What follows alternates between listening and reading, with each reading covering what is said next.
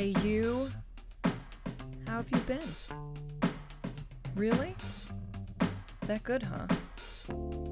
Well, whatever you're experiencing, whatever you're going through, I am so happy that you decided to take a break from it and join us here on the Self-Consciousness Podcast. Today's episode is super special. I got in touch with Mike Brancatelli. I saw him being interviewed by Jessa Reed, and I may have mentioned her a couple of times on this podcast. I'd already know that I stan Jessa Reed. I loved Mike's perspective, his energy, and his humor. He started off as a stand-up comic, and he's a veteran podcaster at this point. Mike hosts the Mikeadelic podcast, and it's all about psychedelics, perspectives, philosophy, consciousness, you name it. This was a really fun conversation. Want to apologize ahead of time for some bad sound issues, getting that resolved, only 15 episodes in. Hope you enjoy it, guys. So Mike Brancatelli of Mikeadelic podcast, thank you so much for joining us today on the Self-Consciousness Podcast. Thanks for having me. You're so welcome. I heard you on one of Jessa Reed's Patreon live streams, so that's how I found you, and then just watched another one with you guys over the weekend. How did you meet I Jessa? saw you in there. Yeah. I guess just through mutual friends. Okay. Noah Lampert. Yeah. Ramin Nazer. That's right. Some other people. Jennifer Sodini. A couple other people, I think. Okay. Yeah. Cool. Well, I'm Jennifer. This is Jermaine. And I am Jermaine. Hey, Jermaine. Hey, nice to meet you, Mike. Nice to meet you, and nice to officially meet you, Jennifer. Yes. And thank you so much for your patience with all the technical issues today. So, Mike, you've been doing this for 5 years. I was looking at I was trying to go back and listen to your very first episode. Oh, wow. Yeah. Wow. I was, because I'm definitely, trying this new thing. I'm late to the party. So, this new thing called podcasting, have you heard of it? So, Yeah. So 5 years you've been doing your podcast, and can you tell us a little bit about what your podcast covers? Yeah, it's so hard to kind of put it all together because it's evolved over time. It's definitely changed a lot, and it's changing more now. But basically, just weird stuff. I mean, things that I guess normal people would consider to be weird or taboo.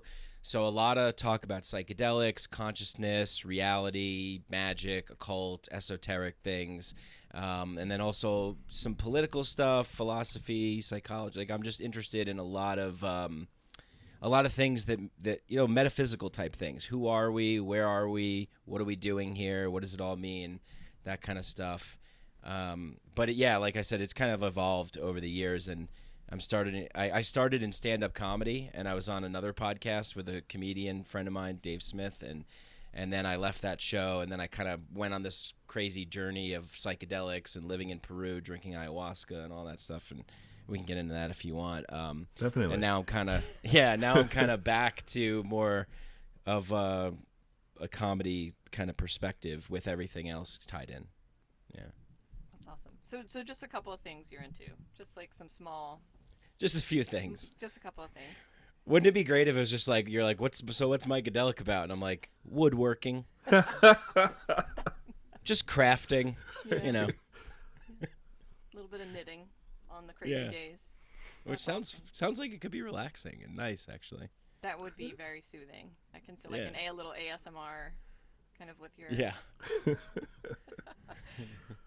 I was so I have so many weird random, talking about weird stuff. My questions are, how did you get the rights to Muse for your theme song? I don't have the rights. Okay. All right, let's forget about that one. Edit. Yeah. Well, Don't tell anybody. they'll flag me on YouTube, but that's Yeah. pretty much it. And basically what they'll do is they'll just say any money made from this video will go to Muse, and I'm like, fine, because I don't really do anything on YouTube, so it's just I don't really care. That's so funny. And thanks for them for letting me get away with it for so long. Yeah. That's really cool. So I wonder what song we should use. So we should use Groove is in the Heart then for this, right? Right? I mean, Delight's not getting back together, so Delight's not getting back together. I mean, like, they won't sue us. we can kind of, yeah. It'll just show that we're old. So that's kind of what we would be expressing with that. Yeah. I noticed that, like, some of your, I think the random episodes that I did pick up, like, I picked, like, a cross-section. I wanted to get, like, a good sort of idea of what you talk about. And for some reason, all the ones that I picked, you were talking about, like, sound noise, like, construction noises or, like, paint fumes or... I was like... The ones that I was mentally insane. Oh, yeah. Those ones. So you're a sensitive guy. You would say you're a sensitive guy. Yeah. To your environment. Yeah. And you used to live in New York, is that right? Or you grew up here? I lived in New York City for like 8 years. Oh, okay. All right. Yeah, and I grew up in the suburbs, like Westchester. Nice. Okay. Yeah. Yeah, we are in Jersey City, so we're like right across. Yeah. Oh, cool. Yeah. And now you're in Colorado. Yeah, now I've been living in Denver for 3 years now. Nice. That's How do you like awesome. Yeah. I really like it a lot, yeah. Is everyone from Brooklyn like moving out there? That's kind There's of a lot of people moving here for sure. I mean, everybody that I'm friends with seems to be like from somewhere else. Yeah. So, yeah. Yeah, what's the difference in the vibe, like from New York to there? Like, was it huge? Is it like the total opposite of being in New York and something always going on, or? It kind of feels like it's the city of Denver, which I live in, like the city proper. It just kind of feels like a big Williamsburg, Brooklyn kind of, or like a Queen, like Astoria, Queen, like the layout of it. Yeah. It doesn't have like the big matrix grid skyscraper thing in New York where you're like, how do I get out of this thing? I'm in the pavement, steel, and glass. So that's really cool, and the people are really cool, and I really like that. When I moved here, I started working on the decriminalize mushrooms campaign, and we passed it. We won, and we're going to go for the state level in 2022 for decriminalize all drugs. And so I like the spirit of things out here. The people seem to be able to get things done. Cannabis is legal. You could just walk into a shop and buy weed. I think these are kind of important things to me, and so and nature, like getting out into nature. It's like so easy to just go hit a beautiful hike or just walk around a park. It's sunny all the time. It's great. Oh, that's awesome. Do you ever come back to visit? I haven't been back, because of this thing that we're in. I haven't been back, and I am scheduled to be back in New York on April 22nd to see my family. I miss my family, and I haven't seen them in a long time, and so we'll see. I'm still not 100% sure if I'm going to be going or not, but we'll see. Cool. I'm sure it's going to feel really, really great to be back here after being in Denver. Yeah, well, yeah. A lot of cars beeping. Right, yeah, you listened to an episode where I was basically like losing my mind, right? I mean, probably because we identify with that. I mean, Yeah. I was living in downtown Jersey City, and it was just, we were right down the street from like Firehouse, so it's just there's no way to think. And I do intuitive work, so I do psychic work, and it's not really easy for me to get into that sort of, calmness. It's just such a frantic energy around here. Yeah, totally, yeah. But in Colorado, it's super easy. It is. It's a lot better here for sure. Definitely. I once had a meditation teacher tell me that in New York City, and he's like, "These are just the sounds of the environment. These are just the sounds of our environment, and we have to be at peace with them. We can't fight them." I think there was like some truth to that, but I just couldn't handle it. Like I was meditating, I'm like, the sounds of the environment. And I just heard like, fuck you. Like, I'm like, just the sounds of the environment. We're all nature. This is all nature. I was listening to I'm working with a shamanic practitioner, and I'm trying to kind of learn from that angle. And one of the things they say is like, whatever you hear outside of you, imagine that that's bringing you deeper into your like theta like level, like into your meditation. So it's like, fuck you. You're like, that's right. Fuck you. Yes. Yeah. Yeah. I love Jessa. I'm such a huge fan. I don't know her personally, but I've definitely been trying not to be a creep. Trying not to creep around, but I have asked her to be on the podcast, and she's scheduled to be on next week, so we'll see how that goes. Cool. Yeah. Well, she's great. I love her. Yeah. I know Jermaine already knows. Like, Oh yeah. he's like, all right, that's your thing. So my thing is, I'm more of the sort of new age spectrum, and Jermaine is not. Yeah, well, you know, I understand it, and I'm learning through Jen, but I come from a religious family, spiritual background, so I can identify with a lot of the things that she's talked about. So, I have a little bit of a perspective. Yeah. What religion? Really everything. My dad was a Jehovah's Witness. My mom is Presbyterian. I grew up in Catholic school, Lutheran school, but I am non-denominational. So because I've had so many influences, and I'm not really big on organized religion, like churches. So it's more so just me being spiritual. Oh, cool. So you guys have an interesting, back and forth kind of perspective that you can play off each other, right? Yeah, definitely. I mean, we're both like anxious, insecure people. So we're like, let's just make a podcast about it. I mean, that's really what it is. I mean, like our first episode was really just like talking about like we were insecure kids, and now we're insecure adults. So yeah, I think oh my God, I mean that's just like who can not relate to that, right? Yeah. It's like so relatable. So there you go. Yeah, I realized last night I was like, I don't have an inner voice. It's always I always put it out.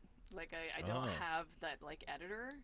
Yeah. I think I did a lot when I was younger, and then I just got to a point where I was like, fuck, no. People are unfortunately going to be burdened with every play-by-play that happens in my brain. But, and I do have an inner voice, but I still manage to get out stuff that has not been edited. And I can say some... around me. a little bit of TMI and all that good stuff. Yeah, that's my middle name. Nice. I mean, Mike, like one of the biggest reasons I really loved your perspective on consciousness, and like that's kind of, I do love how you bring all those things together, and you do have a very specific perspective on kind of what's happening in the world right now. Like what's coming up for you this week? There's been a lot going on, but we don't. Oh my try God! Not to watch the news, but like what's well, coming up me for you too. This week has been crazy. I deleted Twitter from my phone like a while ago because I had like a Twitter problem sometimes, and I'm just like I don't need this, But for whatever reason, I decided to put it back on my phone because like an addict, you're just like, well, maybe just one tweet, I can handle this, But I always do the same thing. Like I get on and then it's like a day or two and I realize this is a completely toxic environment and nothing gets accomplished here and I have to get the hell off. But yesterday I kind of got into a real back and forth with Shane Moss, comedian Shane Moss. Are you familiar with him? I think I am. Is he the one that got fired from SNL? No, that's not. No, that's Shane Gillis. Okay. Shane Moss, he's like a pretty prominent in the psychedelic space, and he hosts a podcast called Here We Are, where he interviews scientists. And so, we just kind of got into a little bit of a back and forth on some disagreements or some different views. But that was interesting because I was doing that yesterday right before I went to go get shot up with ketamine at an injection facility here in Denver. And we have to talk about that. yeah. Nice. And I'm like, this is so not healthy to be getting whipped up with like social media drama while I'm supposed to be like dropping into a healing space with an extremely powerful psychedelic.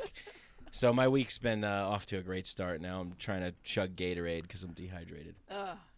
What flavor is it? It's Arctic Blitz. Oh, that's right. Yeah. Tastes like a Blitz from the Arctic. Cooling you down. Yeah. So what was the experience like? If you wanted to, if you're okay to talk about it. Yeah, totally okay to talk about it. I've worked with a lot of psychedelics. I've played with a lot of psychedelics, and for me, I've experienced chronic depression my whole life. And in 2019, I went to a ketamine treatment facility called Innate Path in Denver, where they give you ketamine. Well, they don't. You get ketamine from a doctor, and then you go there, and there's a psychotherapist there that sits with you, and their whole approach is a somatic approach. So they focus on what is happening in your body, where are you feeling tension, tightness, these kinds of things, and they guide you through the experience while you're on ketamine. And it was 100 milligrams of ketamine. It was amazing. It really pulled me out of the abyss that I would fall into, the bottomless pit of depression. I don't know if you guys have ever experienced that, but it's... Oh, no. Yeah. Not depressed at all. I'm the happiest I'm person totally in kidding. the world. Never experienced the dips. I don't know what. I don't really understand that. What is he talking about? Yeah. Literally this morning, we're like, are we up for this? Yeah. So don't worry.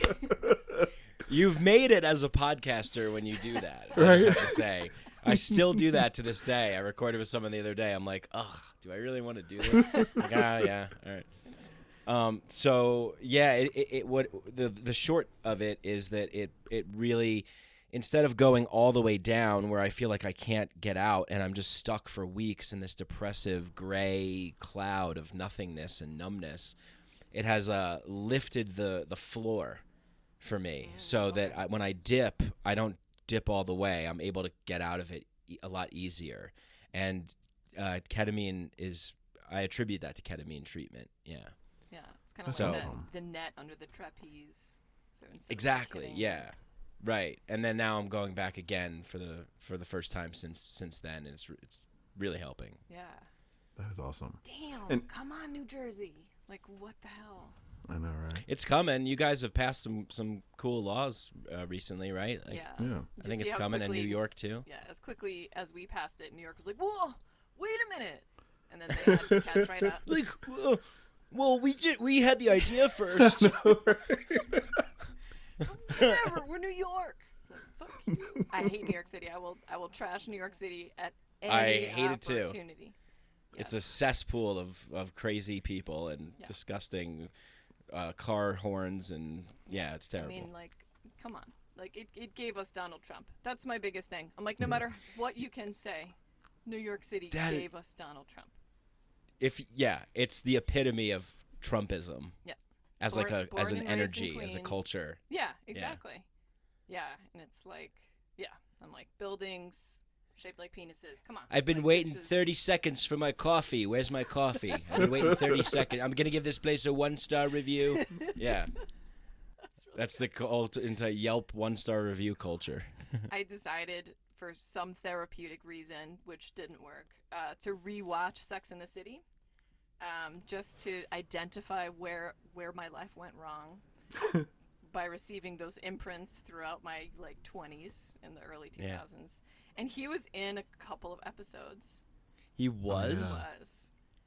I think, wasn't he also in Home Alone, Yeah. Lost in New York?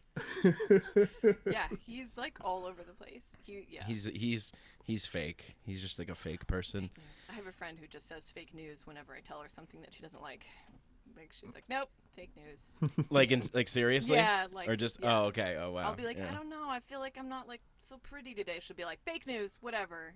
Like, no. Oh, okay. Yeah, like Oh. in those kinds of terms. Yeah. I'm like, Okay. Yeah. I thought it was in support of him and just No. wanting to quote him at Oh, any sorry, I any should chance have you made got. that clear. Well, I just put out a podcast today called Science is Fake. Oh, I saw that you just posted just a that. troll like kind of thing because it's funny to what do you mean? And then I don't know. I like to do that sometimes. Yeah, I love that. Yeah. Yeah. You were talking about some kind of cleanse with Jessa that you were like you put on. Maybe you put it out through Clubhouse, or it was like some kind of like butthole cleanse, or like a like pooping some kind. It was like a farting cleanse or something.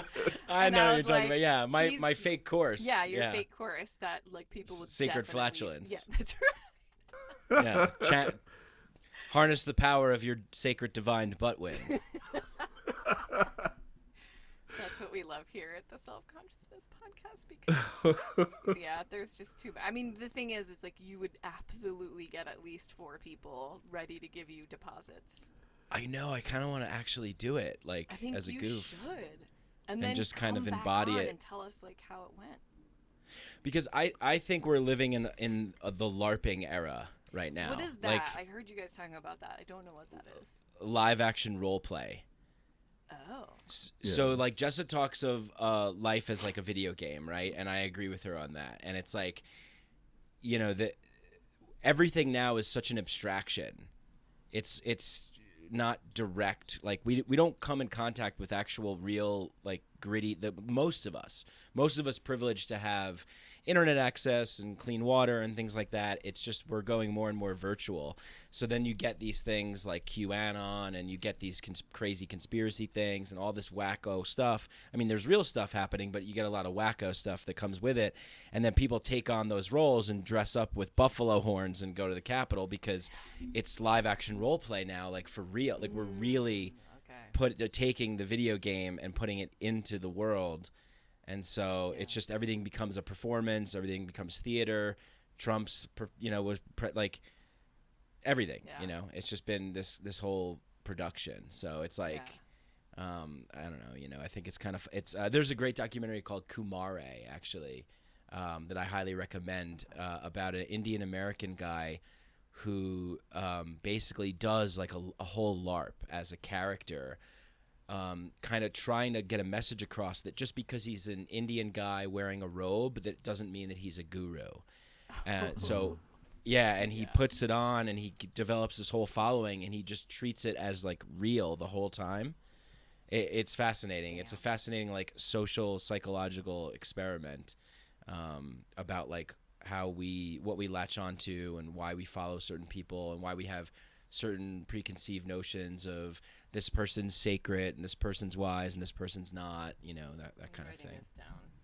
Yeah, Kumare is the name. I think it's on Amazon. Okay. You could find it. It's out there, yeah. Yeah, I gotta check that Oh out. my God, it's so funny because I was thinking about this yesterday. I guess that's sort of like virtual.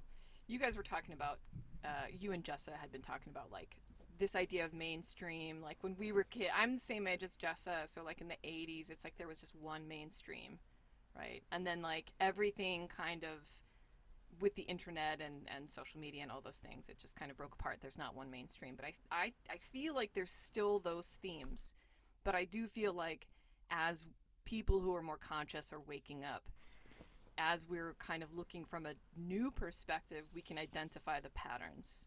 And we know it, and the patterns are like agenda, you know, control, fear, like all those things that people are like, oh my God, about now. But it's like, well, yeah, it's kind of always been this way, but we're seeing it now because it's out there now. It can't hide anymore because we're opening up to being more compassionate and stuff. It's just not in the perception anymore for it to be hidden. So it's like, but totally. I mean, I was just thinking. That's go ahead. Oh yeah, go ahead. No. Right. I was like, come Well, on, Mike. I have all these things I want to talk about.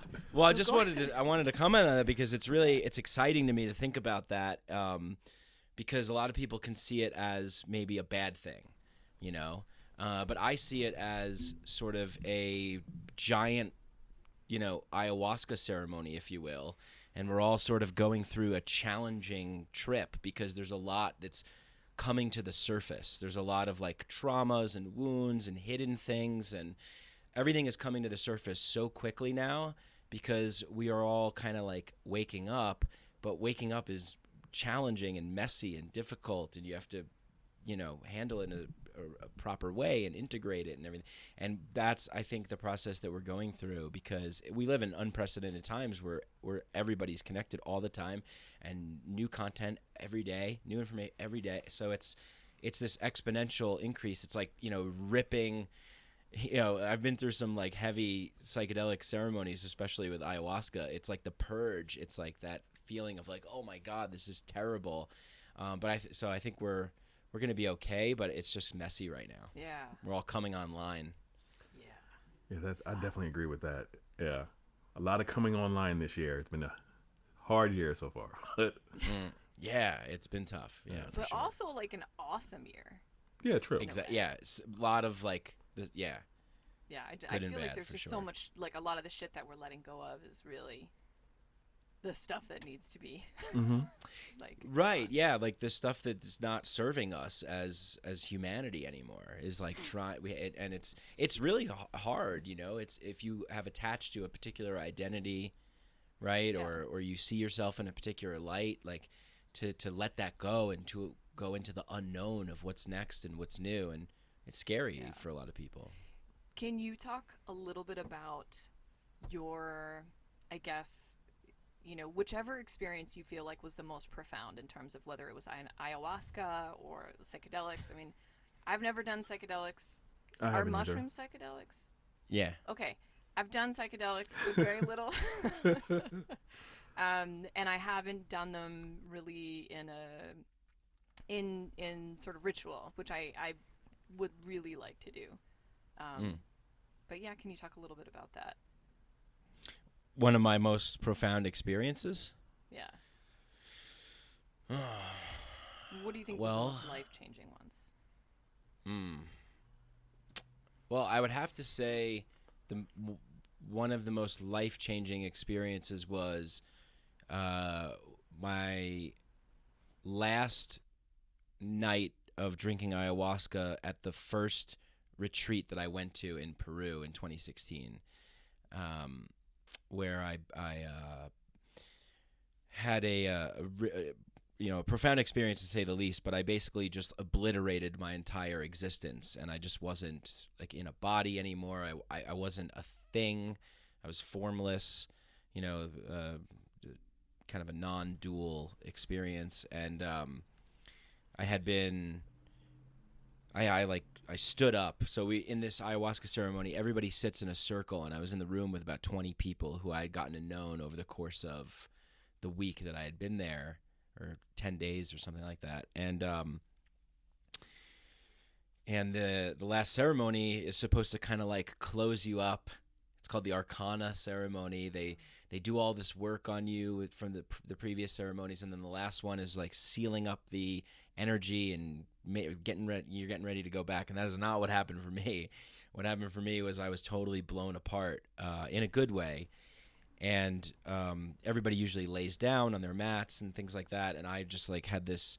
I felt almost possessed. Like I felt like I had like stood up, and my body was like doing all these weird things, and I was kind of like convulsing and like back and forth, and I started speaking and like kind of in a sing-song way, which I later found that like a lot of the words I was saying were Sanskrit words, and like I didn't know anything about Sanskrit or anything like that, and then I remember before I left my body seeing the image of Jesus and Buddha, and they were out in front of me and like this white light, and then they just merged together, and then that's when I completely just left my body, and I was just in this like infinite, eternal, euphoric place. The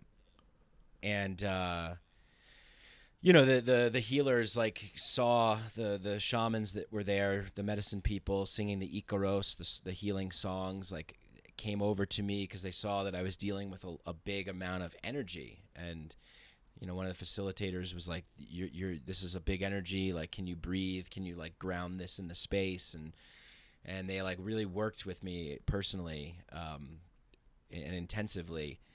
And I remember coming back into my body and then just sending like love to like myself and sending love to all the people around me, thinking about all the people that were going through things and hearing their stories and being like, I love you, I hope you get healing. And I just saw like different color energies like shooting out of my heart, shooting out of my hands, my head, like right here, and like sort of like third eye position or whatever. And so that was intense and powerful, to say the least. And then the next day, one of the weirdest things was the woman sitting next to me was like, yeah, I looked over at you when you were going through this, and I just saw like this ball of white light. And I was like, wait, what? I was like, you saw me as a ball of, like, that's what I felt like I was. And then someone else said the same thing. And then someone else said, I felt your presence and you came to me in ceremony and all this stuff. So all this like just mind-blowing, weird stuff that I was totally not prepared for. I thought I was just going to go down and drink ayahuasca and like, oh, great, I'm going to like stop, smoking cigarettes or whatever, like I'm going to be able to get a little fix that a little bit. And really what I got was just being completely blown to bits in this like transcendent, divine, non-dual experience. And then I went back to New York City. Wow. Yeah. So that changed my life. Oh. No, that's an awesome experience that you had. But like, what would have happened if they didn't come over and help you get grounded? Like what? Because you were already blown apart with them helping you, right? So like, what? This sounds really intense. It was really intense. It was really intense, but it also felt really good. I think it looked kind of, from the outside looking in, it could have been perceived that it was like really challenging, but it was challenging to sort of hold it and be there because it was just so much energy flowing through me. Yeah. It was like, oh my God, like I'm feeling the energy of the universe, of consciousness, of the divine. And it was like almost too powerful to hold. So they came over and they did their shamanistic things with singing and working with me and breathing with me and suplar with like mapacho and smoke and kind of all this stuff. And so it really helped. I think that was also a key point in time because I realized that it's not just the plants or the chemicals, but it's also the people who are experienced in that space, the shamans who are regarded as doctors. They actually call them ayahuasqueros or the healers. They don't really go by the name of shaman, but I just say that so it's easier for, I guess, people to understand. Yeah. Wow. Yeah. So like because I've heard of stories, like I've never tried it. I'm actually a little scared too, because I'm not sure if, like if you have like, certain medical conditions, like if, like I know there's a lot of requirements, like there's a whole process, like you start preparing like a month ahead of time, right? Yeah, for sure. Yeah, I mean that's a good attitude to have about it. Like as far as psychedelics go and ayahuasca, plant medicines, fungi, toad medicine, whatever you're getting into. Yeah, listen to what you feel is right, and try and find as much information out as you can, and see what medications are not good, contraindicative and things of that nature, like SSRIs, for example. They want you to go off of, I think, a couple months before. And there might be like some heart medications. I don't know all the medications, but that's a good perspective to have, is to play it safe for sure. Okay. It's not for everybody too. So. Yeah. No, I thought I was just being like, just a punk and like, okay, just go ahead. Because it took me forever to even try ecstasy just because of that. And it's been like years since I've done that, and that's awesome. Yeah. But yeah, like I hear about the ayahuasca and I hear about the I guess maybe the bad, not really bad stories, but I guess the how intense it can get just with your bodily functions and everything. And Yes. But it's great to hear you. Like this sounds like an amazing experience you had. So that's very, very cool. Yeah, it was, and I debated, like for a long, long time I heard about ayahuasca, and then it was about over 2 years it took me to actually go and do it, because I was also scared, and also like, I don't know, what is this? I want to know more about it, and it is it can be scary. Yeah. It can be challenging, very challenging, and I think that for me, I also sort of knew that, but I didn't fully understand that because when I came back to New York, I wasn't prepared to handle the integration process that was required of me. You know, like I was talking about before, shedding your identities or things of that nature. I wasn't ready to let go of kind of the life that I had created, but naturally it all fell away anyway but I was like resistant to it, so I just had to suffer, which sucked. But if you could find a place where you can be at peace with that and like kind of let go of the things that aren't necessarily serving you, and I couldn't realize at the time, I was like, why are these things going away? I want them, but they just weren't good for me anymore, and it's not like they were anything like evil or malicious or bad. It was just that it wasn't part of my new story anymore. It was hard for me to, so. Jen, did you have anything you were trying to add? No, I was like getting all flustered. Thank you, CBD oil, for keeping me chill. Because I'm definitely like, right? Fuck. Well, Jen, like I'm sorry, go ahead. I was just gonna say, you could put a break. If there's a break, you could just put "Thank you, CBD oil." Just general, just all CBD. Right? Thank you. CBD with a little bit Sponsored of THC by in it. I know. All CBD. I know. We're getting to that. I mean, I was like talking to Jermaine about doing sponsorships, and then I was like, oh, you need 1,000 listens before they even. So we're like, we're just gonna do it for our own like therapeutic reasons. That's really the point of the podcast anyway. But what were you gonna say, Jermaine? Oh no, I was gonna say, like, you know, I was telling Mike how, you know, how I was afraid to ever do ayahuasca, and I probably won't ever do it because it'll probably take me a year to get off the meds I got to get off of just to be. But like, what was your, like, were you also fearful of it, or how do you feel about ayahuasca or one day trying it? I mean, I'm open to it. I think I just don't want to throw up. That's or diarrhea. Or diarrhea. Or, you know, strangely, or something new. I wouldn't mind that. I don't know. It's more the throwing up. Yeah. Who knows why? I mean, is that something that happens to everyone, or is it like it just if you don't prepare right? Yeah, that's a common, like, I hear that all the time, you know, from people, and, you know, rightfully so, because that's what a lot of people talk about. But yeah, it didn't happen to me for the first, like, you know, bunch of times. Like it was, because it's not like vomiting, or they're not like normal bodily movements that we would have every day, or maybe your worst puking experience, drinking too much or something. It's a purge is what they call it. Is really la purga is what they will call ayahuasca, because it wrings things out of you. It really like a sponge. You just you just wring it out. So it seems to come from like a different place, and it always feels different too than a normal thing. And so a lot of people you can purge by crying or sneezing or yawning, or just like an energetic purge. But yeah, it doesn't happen to everybody though. Okay. But it is common, definitely common. Interesting. All right, so that's one thing to remove from my list of fears. Cool. Yeah, I mean, I love the idea of doing it with a practitioner nearby and someone who can really, you know, just guide you, and I want to do like a mushroom trip where I can do that like with a guide. Yeah, I mean, we did that actually last weekend, me and a couple of friends, because it was the anniversary of my business, and I was like, I want to do something special. It's 4/4. This is a 4-year anniversary, and I'm 44. And a big dork, so I was like, we've got to do something. So my friend got mushrooms, and then we just went to the like Liberty State Park, which is in Jersey City, and it's really pretty, and yeah, it was so much fun. And nice. Yeah, it was good. We brought like tarot cards and stuff because that's how we roll now. Yeah. Yeah. Not like sounds good. Drinks or anything. There's like that and food. But it's interesting. I kind of wanted to come back to this whole thing about kind of like the perspectives of what's going on in the world today. I had an observation yesterday, and I wanted to throw this at you guys.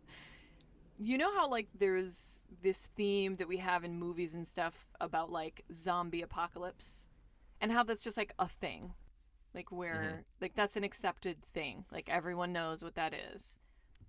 I was realizing this yesterday because like zombie apocalypse, like this idea, I guess in the 90s it was more like vampires was the thing, and like Mhm. now it's like the threat is like zombie apocalypse, but it's like the people who sort of get bitten and are just kind of like, "Ugh." I think of those people as kind of like everyone who's still existing in like the third dimension.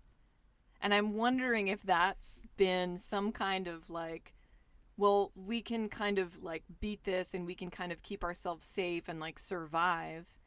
I don't know. I was just like drawing all these conclusions between what is that message for us, like underneath this sort of concept or archetype of that narrative of like the zombie apocalypse. And it's like, why do we keep that alive? And in a way, it's like, are the zombies all these people who are like, trusting everything they see on the news or, everything they see on the internet? I don't know. I was just thinking about that. Yeah, that's awesome synchronicity because I was thinking about that too yesterday. Uh, No. Were you yeah. also watching The Last Kids on Earth? No, I had my recent guest on my last two podcasts ago did something on Twitter where he was talking about the zombie movies and making an analogy to what's going on in our world, and a little bit of a different take. Like he calls it like Wokism, but like I think that Oh. word originally like started off as something that was good, and then now it's kind of like you see people like trying to just I don't know. Like I said it before, I think it's just like a messy process of everybody waking up. So, Mhm. my friend says that, again, back to the video game thing, it's like this is Grand Theft Auto, and when you beat the game, there's nothing left to do but run around and shoot people. So it's like we've accomplished everything that we could possibly accomplish in the material three-dimensional reality. We've that now we're just kind of like hunting for things for whatever reason, because like zombies, they hunt for brains. They don't know why. They just because they want to turn you into them. They don't want to kill you. They want to make you one of them. Mm. And it's like that we see a lot of that, it's a lot of like, well, you don't agree with me, so you have to be you I want you to be like me, instead of kind of like trying to hear people's positions. But it also takes a lot of time to hear people's positions or views or beliefs. You have to really sit down and get to know somebody, and it's hard to not it's hard to like trash someone when you are like in front of them and you know them, and you're like sharing common humanity with them. So I think I think that we are in sort of like a zombie apocalypse, like dystopian movie right now. But I also think that there's another metaphor happening as well, which is the one of like the computers taking over the conscious, like robots becoming conscious, the Matrix, Westworld, like all these things. And Yeah. I think that that's kind of a metaphor for a lot of us who would be the zombies or the robots who aren't conscious, and that we're coming online. We're gaining consciousness. The people who are in like 3D kind of like mainstream sort of not really growing with the changing times are still in that like robotic way, and I think that those movies are also a metaphor for like waking up to, and so it's really interesting because it's I think it's spot on, and I can't believe you brought that up, because it's like I was literally like, yeah, we're like completely on the same page. That's pretty funny. Yeah, I literally wrote it down. I even wrote it down yesterday. I was like, this is something I'm going to need to talk about. I mean, like, I think when I see, so I have two kids, they're 10 and 12, and they're very limited with the amount of, like, media that they're exposed to. For, I mean, they still get plenty, but they're pretty limited. So it's just interesting to me when I'm watching movies with them or shows, because I have to. Like, that's how I have to bond with them. I make it sound like I'm like, ugh, that's how I have to bond with them.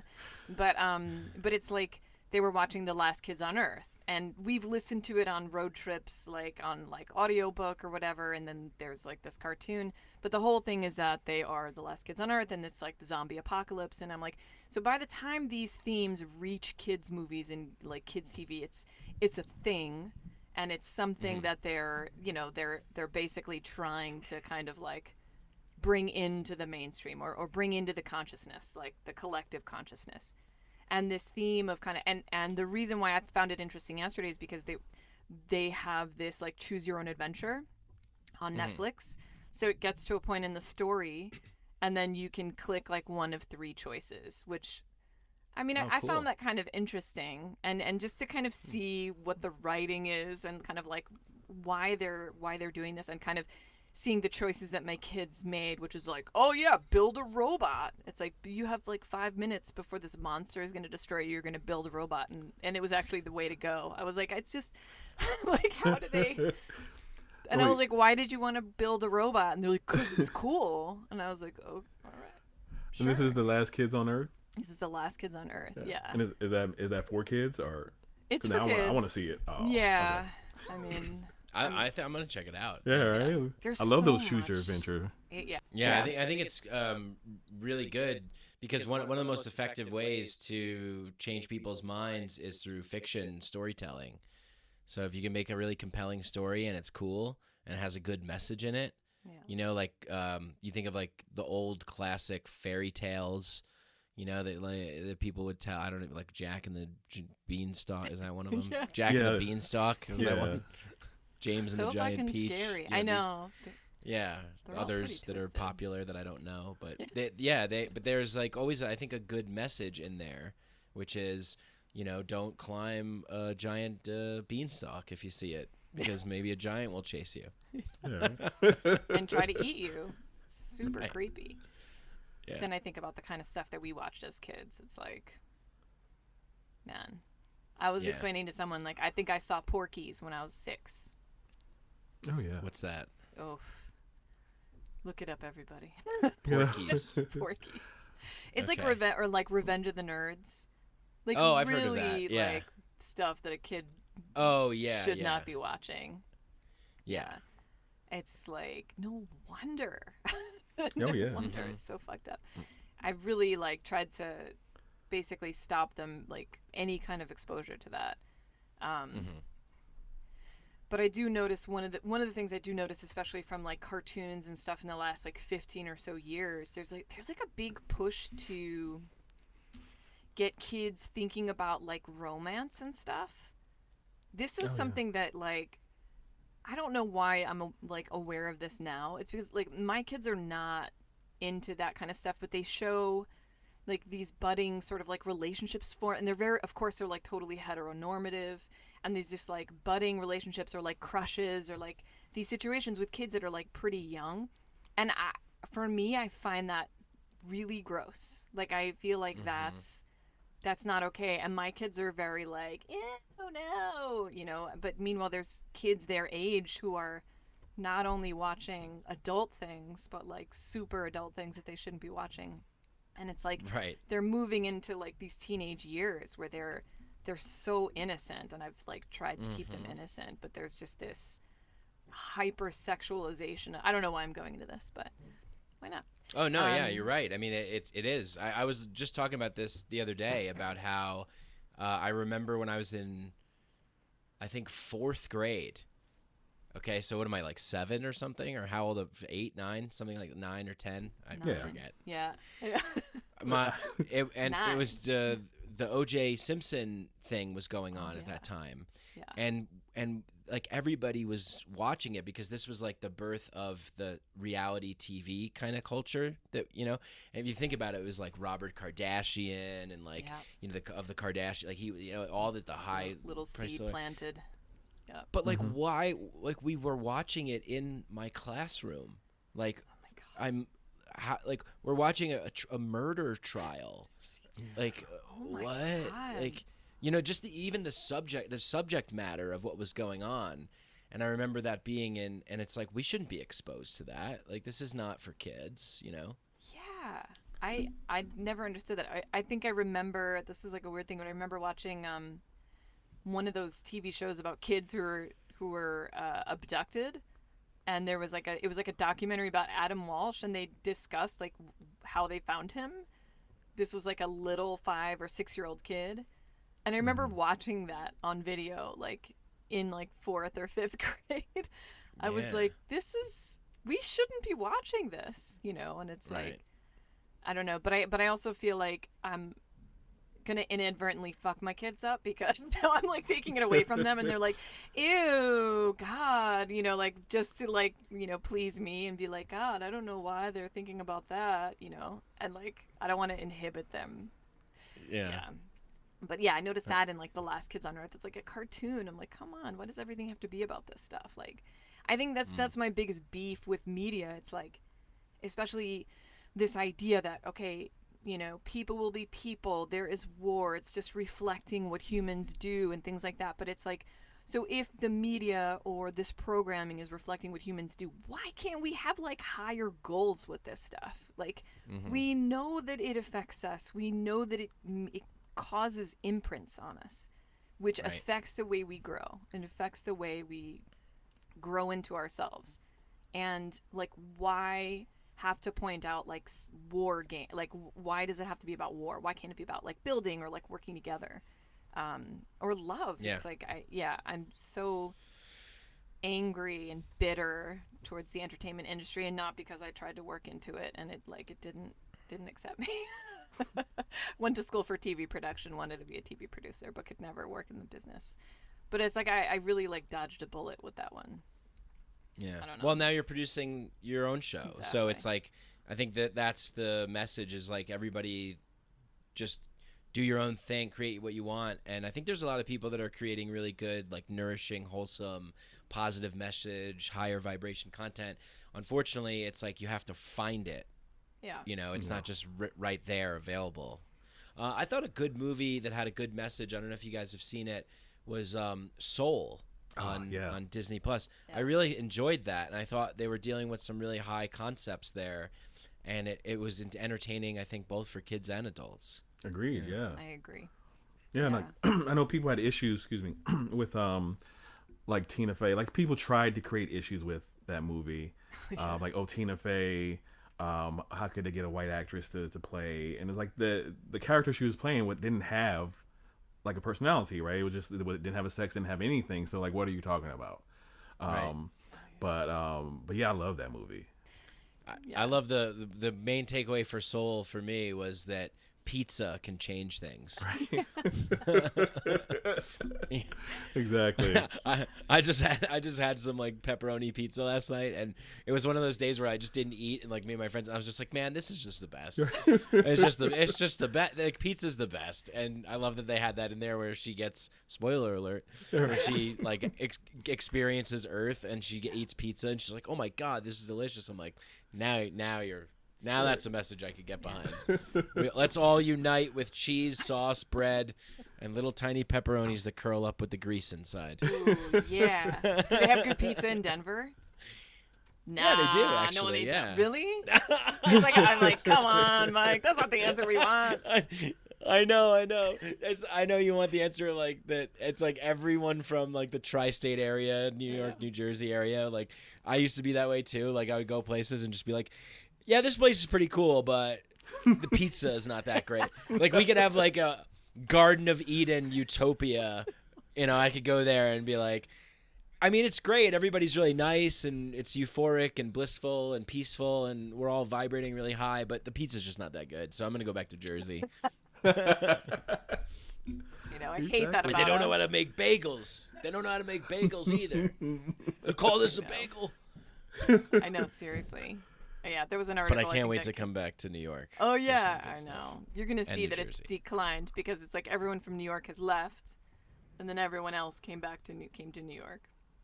So there's a lot. So the Denver pizza is going to be there, and the New York pizza is now here. Pretty much. Okay. Pretty much. Well, Mike, thank you so much for talking with us today, and I apologize for all the technical issues. Yeah, no problem. It's been a real joy. Thanks for having me on, guys. Appreciate it. Absolutely. Thank you so much for making the time and being patient, and hopefully we will have you on again. So tell everybody where they can find you. Find me on the internet. I'm Mike Brancatelli. My website is Mike Branc, BRANC. I had to Ellis Island my last name for the internet because some people, it's too long, you know. It's just too long. So MikeBranc.com is my website, and Mikeadelic is the podcast, and it's everywhere: Apple Podcasts, Spotify. I got a Patreon where I do some things like bonus stuff and have like a Discord chat group and all that good stuff. But yeah, I'm out there. Find me and message me. I love talking to humans and aliens alike. Awesome. There you go. Well, thank you so much. Thanks, man. Appreciate you coming. Thanks, on. Jennifer. Yeah, thanks, Jermaine. Thank you.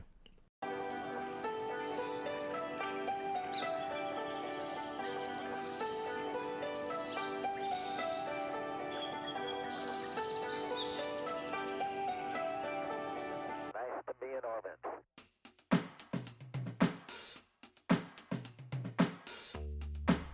Hey, everybody. Thank you so much for sticking around to the end. I hope you enjoyed that conversation. I know Jermaine and I did. It was really fun to talk to Mike.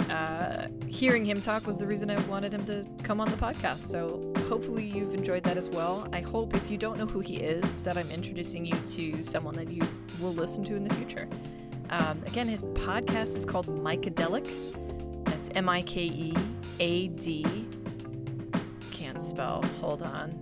ELIC. You can find his podcast where you find everyone's podcasts, on your favorite place.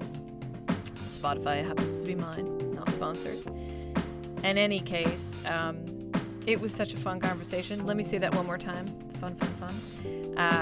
If you have any questions that you want us to answer, any topics that you want us to talk about, please go to our Instagram. We are at The Self-Consciousness Podcast. You can also go to my Instagram is at The Jennifer Way. Just hit us up. We are super happy to give you what you want. Take care, everybody.